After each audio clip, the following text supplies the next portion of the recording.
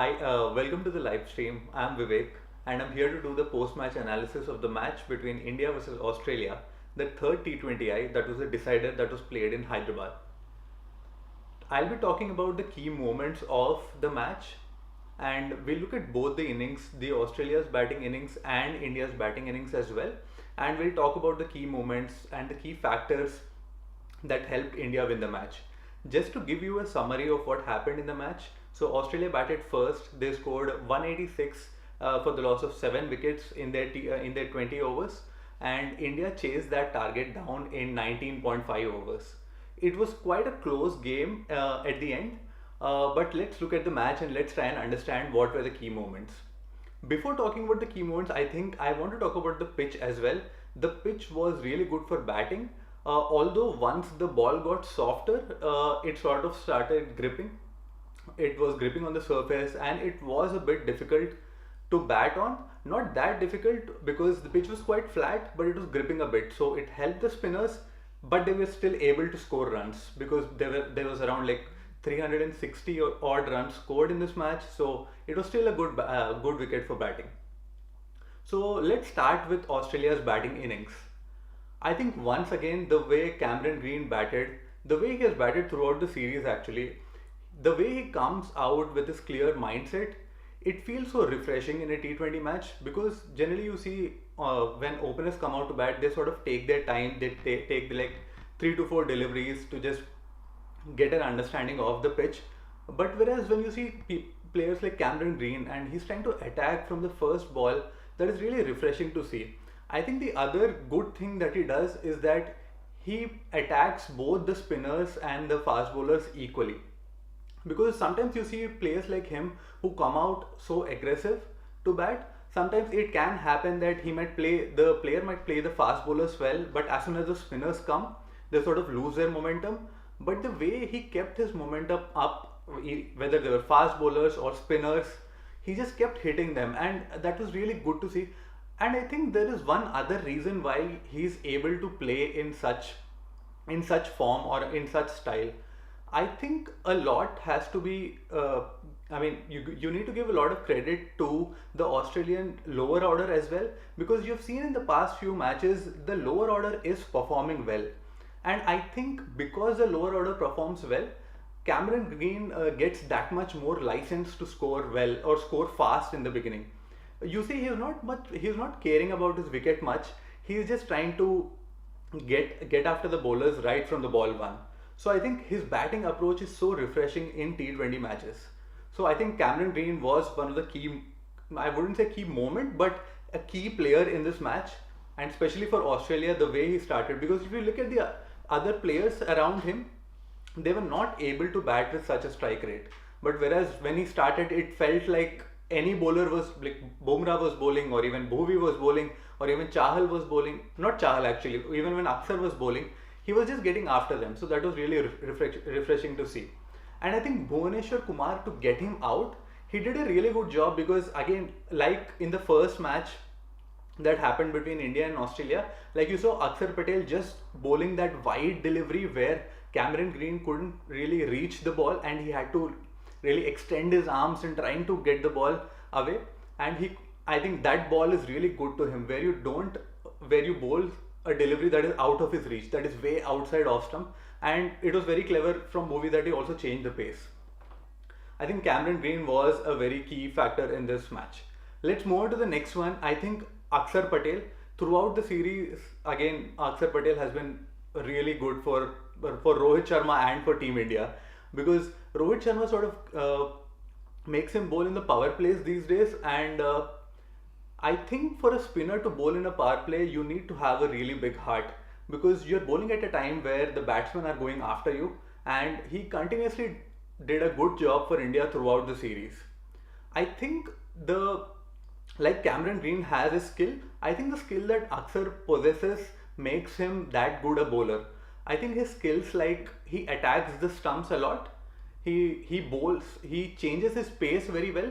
You saw the wicket of Aaron Finch where he just slowed it up. He bowled it that much more slower, inviting the batsman to hit him for six, and he gets wickets like that. And the other thing that makes him a really good bowler is from the trajectory that he bowls, he's quite a tall bowler. So from the trajectory that he bowls, he gets that extra bounce. And you saw because of that extra bounce, he got wicket like Inglis, and he got the wicket of Matthew Wade just because of the bounce. So I feel Akshar Patel was another key factor in this game. I think the next key moment of this game was the way India pulled things back. Like I discussed before when I was talking about the pitch, I think as soon as the ball became softer, it gripped that much more, and our spinners like Chahal and Akshar were able to bowl quite well because the ball was gripping. And you also need to give credit to Hardik Pandya as well, because even though he came in after the power play, he bowled at a time where Australia were losing wickets, but still to bowl those deliveries with bowling those hard lengths, and you could actually see he was getting that extra zip out of the pitch. So Hardik Pandya, Chahal, and even Akshar Patel, the way they got India back into the game, that was really good to see, and they used the pitch very well. So that was another key moment. And the next key moment was obviously Team David's batting. He came at a situation where Australia were losing their momentum a bit, but I think he understood that very well. The partnership that was between Inglis and Tim David sort of got Australia back on track to get that big score. So I think the partnership was really important, and I like the way Tim David went after the bowlers once he felt like, okay, only 3 overs are left, I can start hitting them. Because if you see his innings progression, when he came on to bat, he was not trying to hit every ball for a six or a boundary. He was trying to rotate, he was trying to keep Australia in the game. And as soon as Australia reached like 15 to 16 overs, I think then he realized that this is his opportunity to go big. And he did that really well. The other key moment of that particular innings, I felt, was Bhuvi and Bumrah's 18th and 19th over, which went for quite a lot of runs. I think throughout the Asia Cup and in the matches against Australia as well, we have seen that our Indian bowlers were not able to execute their death bowling plans that well. Because even in today's game, you saw that India's bowling, specifically Bhuvaneshwar Kumar and Bumrah, they sort of became predictable, I felt. Because when Bhuvi came out to bowl, he was going for those Yorkers, and to be fair with him, at least three out of like 4 or 3 out of 5 Yorkers actually landed well, and the batsmen were not able to score against that ball. But you saw he went for that Yorker ball again, and that, I think 2 of his balls turned into a full toss, and that was hit for, I think, 6 and a boundary from Tim David. So I think if you are that predictable in such crucial overs, right, the batsman sort of understands that. And same with Bumrah as well. Like even though Bumrah is an amazing death bowler, you saw that in the first few balls that he bowled, he was very predictable. He bowled one slower delivery and then he went for those Yorkers, and you saw batsmen sort of understood he's going to go for the Yorkers, and they played the lap shot as well. So I think that was a bit of problem where the bowlers became a little predictable. But I think again, the last over that Harshal Patel bowled, that was really good, because you could see in the last over, even though in the previous matches Harshal Patel was getting hit for runs, but in this match he actually held his nerve and he was not being that predictable. And because even if you see the wicket of Tim David, the wicket was not of a fuller delivery or something. He actually bowled a slow short delivery, and for which Tim David had to reach that, and then he got the wicket. So I think that kind of variation is really important in death bowling, which Harshal Patel did really well in this match, which he was not able to do in the previous matches. So that was really good to see, because he is one of our main bowlers going in the World Cup. So yep, I think the first innings, these were the key moments that I felt were very crucial. Now let's move on to India's batting performance, and let's look at that innings, and let's look at the key moments or the key players there. I think first and foremost, Australia started really well. They got both the openers out. Although I was a bit surprised that they started off with Daniel Sams, to be honest, because I felt there was a lot of zip in the wicket, and they probably would have started with someone like Hazelwood or Pat Cummins. But credit to them that the tactic of bowling Daniel Sams actually worked, and he actually got the wicket of KL Rahul. So the tactic worked in their favor. And then they also took the wicket of Rohit Sharma. which I think Australia at that point where India lost the wicket of Rohit Sharma, Australia might have thought they were a slight they were slightly ahead of the game, but then came the crucial partnership that was there between Virat Kohli and Suryakumar Yadav, and I think that was the key factor or the key moment or the way they bat. The partnership was the game changing partnership for the match itself. So that was quite good. And I want to talk a bit more about the partnership because in such a situation where you lose two wickets, generally you see people uh, they sort of try to just take singles and try to take the game forward. They think that let's for the next 4 or 5 overs let's not try to hit any big shots. But I think that was really refreshing to see that players like Suryakumar Yadav and Virat Kohli, even though you lost two wickets, they were still trying to keep the momentum. They were still trying to score those boundaries and go for the sixes. So I thought that was really good because if you're chasing a target like 180 plus, you need to keep that momentum up, and they did a really good job with that. You saw Virat Kohli actually started off being that aggressor, but once he understood that Suryakumar Yadav was playing in a different zone, so Virat Kohli understood that really well. And then once Suryakumar started hitting the ball really well, Virat Kohli understood that okay, I just need to give him the signal and let him do what he's doing really well for the past year or so. So I think their partnership really helped India get back into the match, and I would say not just back, they went slightly ahead of the game because of that partnership. And the next thing that I want to talk about is about Suryakumar Yadav's batting itself. I think what Suryakumar Yadav has been doing for the past year or so, which I feel is different from what the others do, is that when you see a T20 innings where a batsman is batting at a strike rate of 180 or 190, you see most of the shots, or at least some of the shots, are pure power shots, or you see they are trying to slog, or they are trying to play shots in which they lose shape. But when you see Suryakumar Yadav's innings, I feel he bats a little differently from the other batsmen, because you see whenever he hits his shots, he's always trying to pick those gaps. He's always trying to play the field.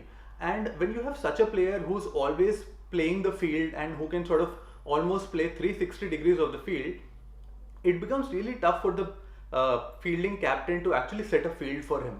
And you could see that Aaron Finch was finding it really difficult because he was hitting you on the offside, he was hitting you towards backward point, he was hitting you towards fine leg, square leg, mid wicket, long on. So he's practically playing you 360, and setting a field for such a player is really tough, and that is what I think he does really well, playing the field.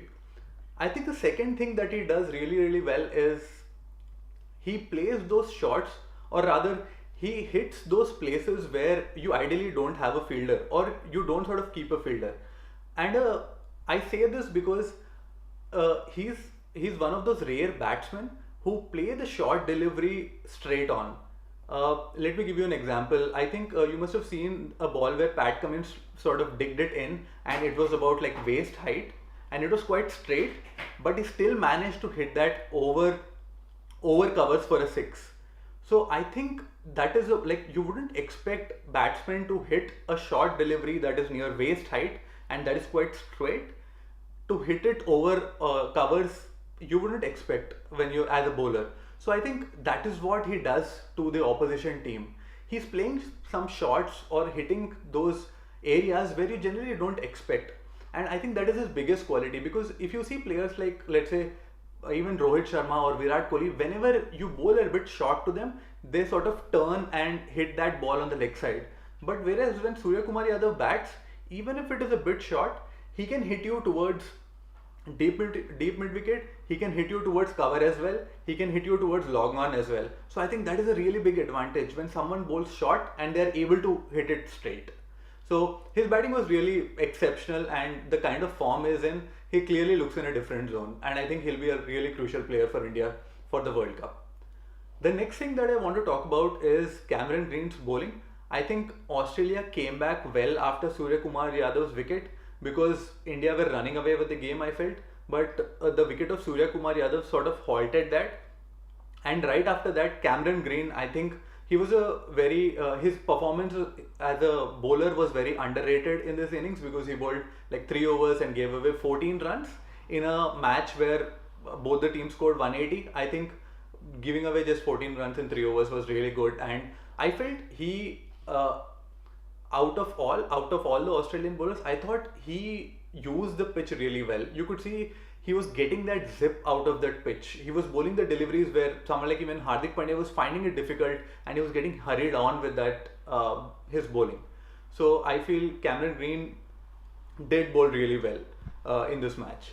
And the next thing obviously is the way Australia came back in those like 3-4 overs where we felt India were running away with the game, but people like Cameron Green, Josh Hazlewood, and even someone like Pat Cummins, they sort of brought Australia back into the game, which was really good for the good because we were looking for a contest that was like tough, and it was really good to see that it went on to the 19th over.